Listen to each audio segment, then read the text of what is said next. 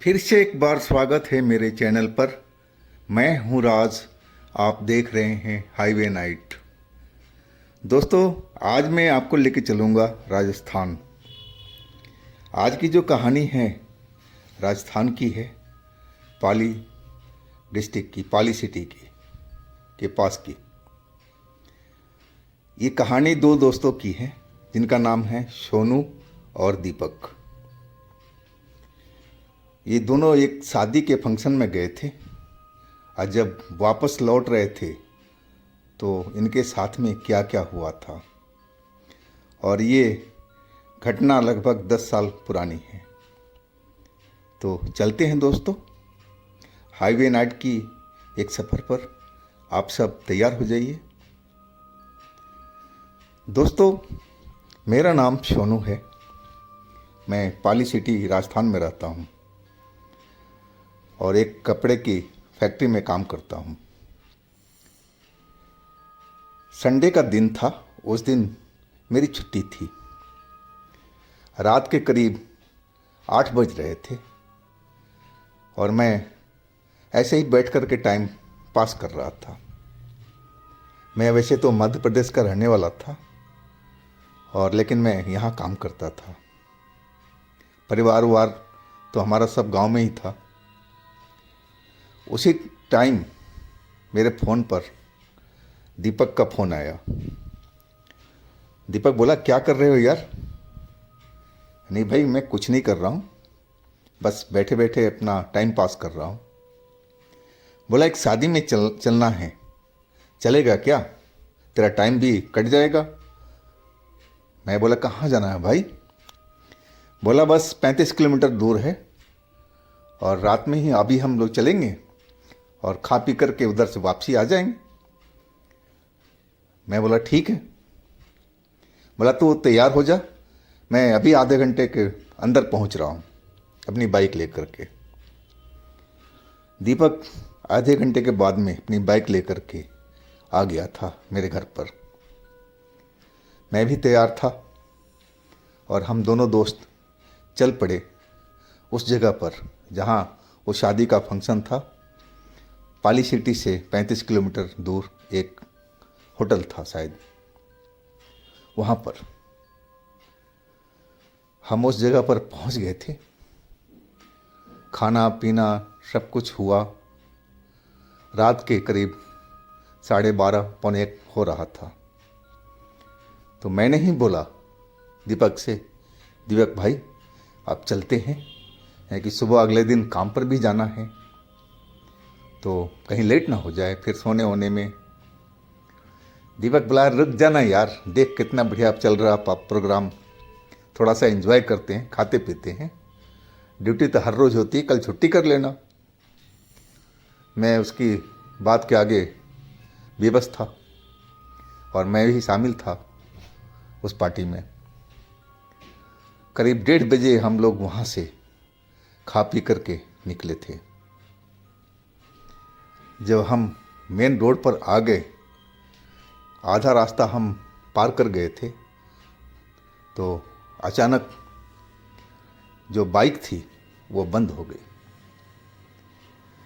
दीपक kick मारने की कोशिश करते रहा, स्टार्ट करने की कोशिश करते रहा, लेकिन बाइक स्टार्ट नहीं हुई। मैंने बोला, भाई तेरे टंकी में तेल भी है, कैसे ही चला रहा है? बोला, नहीं भाई, मैं टैंक फुल करा के आया था तेरे पास में। और वो टैंक खोल करके हिला के देखने लगा, वाकई में तेल तो भरा हुआ था। फिर क्या रीज़न है? रीज़न तो समझ में नहीं आया, लेकिन हम लोग ज़रूर परेशान हो गए थे।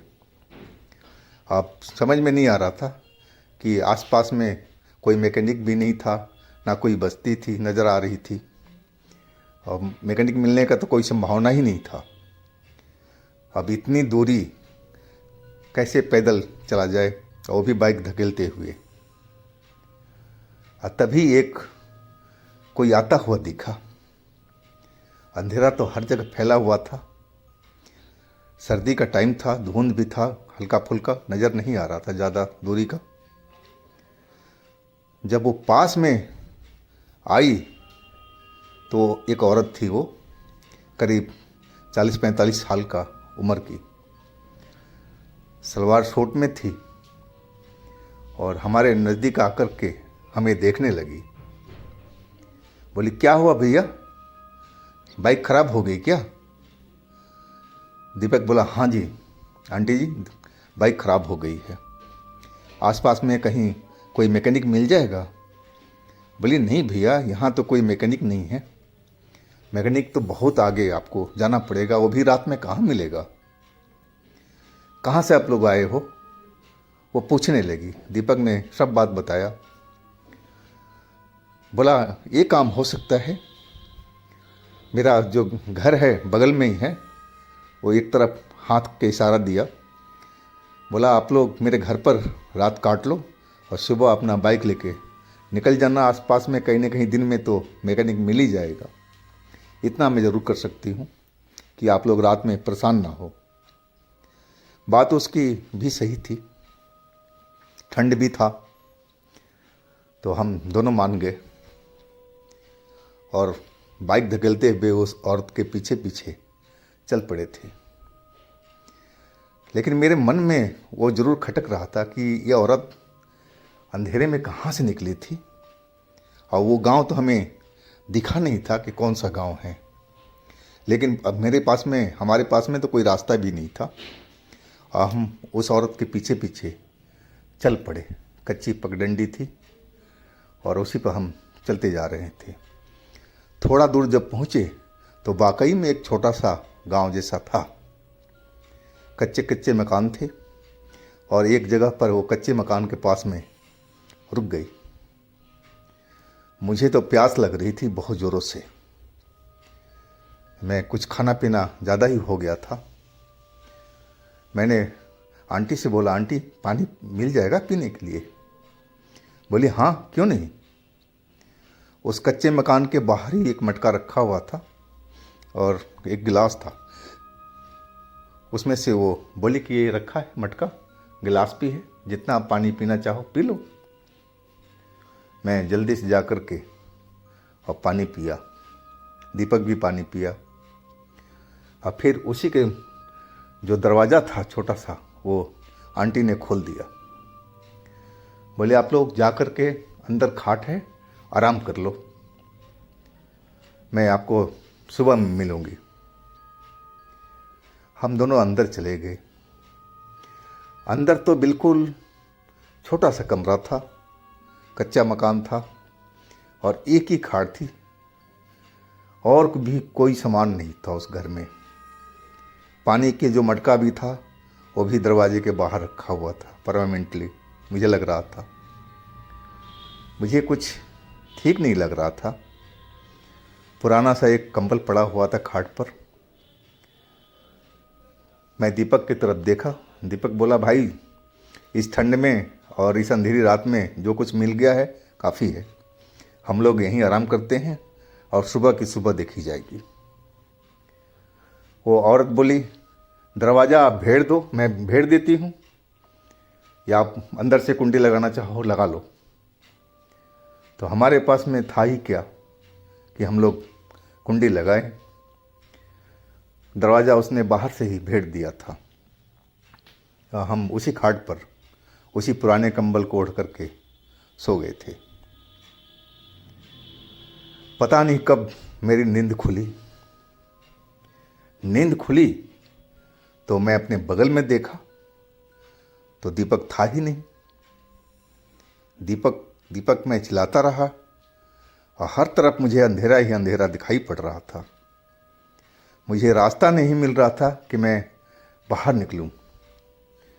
मैं चिल्लाता जा रहा था, मैं घबराया हुआ था, डरा हुआ था कि दीपक अचानक कहाँ चला गया। मैं बाहर निकल गया। बड़ी मुश्किल से मुझे दरवाज़ा मिला था। मैं बाहर निकला।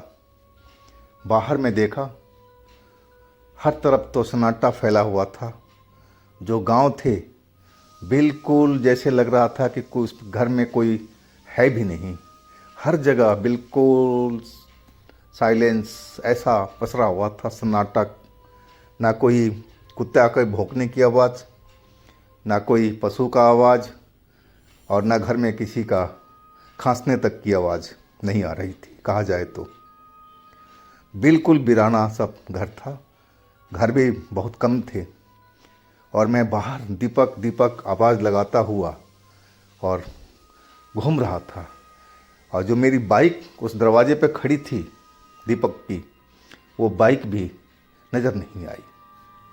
वो बाइक भी उस जगह से गायब थी। मैं परेशान अब उस आंटी को ढूंढ रहा था कि आंटी कहाँ गई। आंटी तो बोली कि मेरा सामने ही बगल में घर है। मैं उधर भी आवाज़ लगाता रहा, वो दरवाज़ा बंद था, लेकिन किसी ने दरवाज़ा नहीं खोला। शायद घर में कोई था ही नहीं। मैं पूरा गलियों का चक्कर काट आया, लेकिन ना दीपक मिला, ना बाइक दिखा, ना वो आंटी मिली। अब तो मैं इतना हताश हो गया था कि एक जगह बैठ कर के रोने लगा था कि हे भगवान, मैं कहाँ फंस गया हूँ, कौन सी जगह है ये। मुझे आना ही नहीं चाहिए था। मैं दीपक को मना कर रहा था कि दीपक सोच ले, लेकिन दीपक तो बोला नहीं नहीं सब कुछ ठीक है। और मैं कहाँ आकर के अब फंस गया हूँ। अब मैं क्या करूँ? मुझे तो कोई रास्ता ही नहीं दिख रहा है। हर तरफ अंधेरा ही अंधेरा दिख रहा है। आखिर मैं दीपक को ढूंढूं तो कहाँ ढूंढूं? और तभी एक जगह से दरवाज़ा खुला एक घर का, जो कोने वाला घर था, और वही आंटी उसमें से आती हुई दिखाई दी। आंटी को देखकर मैं उछल पड़ा था और खड़ा होकर दौड़ता हुआ आंटी के पास चला गया। नहीं आंटी, आंटी आप कहाँ थी? मैं कब से आपको चिल्ला रहा हूँ।